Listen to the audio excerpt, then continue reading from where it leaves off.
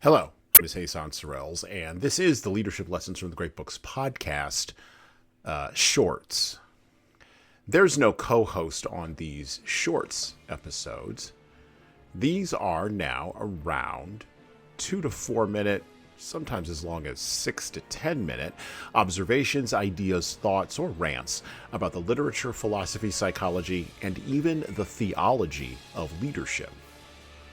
Because listening to me talk about leadership for now around 2 to 4 minutes is still better than reading and trying to understand yet another business book. Even that business book your coworker won't stop raving about because it quote-unquote changed their life, but you can't see any difference in their leadership behavior. So how good could that author be? Egalitarianism is a sin.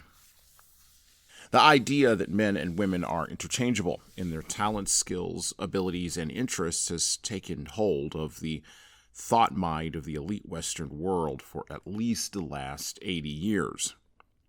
This idea, born in the space between wars, driven by the force of dubious social movements, and supported by self-serving bureaucratic policies, has led to the remaking of the family, the inverting of interpersonal relationships, and the deconstructing of what used to be considered normal by biological standards. And that's not all. The zero-sum game played by those who advocate for an egalitarian ideology around the talents, skills, and abilities and interests of men and women has led inexorably to the idea that women, particularly women in the nation-states of Great Britain, Canada, and the United States, should serve in frontline combat roles. Because if we're raising women with quote-unquote girl power and the ability to quote-unquote girl boss, then it only logically follows that those same women should be either conscripted into or encouraged culturally to volunteer for the same frontline roles men have been biologically wired to either volunteer or be conscripted for throughout human civilization. I'm not going to make any caveats for this idea today, nor am I going to dissect the foolishness or wisdom, take your pick, behind such advocacy for egalitarianism. Instead, I am going to address the other wandering buffalo in the room, the remarkable lack of interest in what it takes to actually make war. The journalist Sebastian Junger, who was embedded with 2nd Battalion, 3rd Platoon in the Korengal Valley in Afghanistan from 2007 to 2009, and documented what he experienced with those young men there in the book War, which we covered on the podcast recently, made the same point in a roundabout way that I am leaning into now. We, in the peaceful, wealthy, and relatively free from danger middle-class West, don't understand the conditions that create violence, and we are shocked, aghast, and weirdly dismissive that violence may actually have a social benefit for young men, more so than for young women. Because women become women the second they are able to have babies, but men only become men through acting in the world and being told, or socially signaled to, by other men that they are indeed men. How does this idea relate to war and our culture, our Western culture's overweening insistence on the interchangeability of men and women? Well, war is the ultimate expression of violence. I think we can all agree on that. It is the quote-unquote tip of the spear, as it were.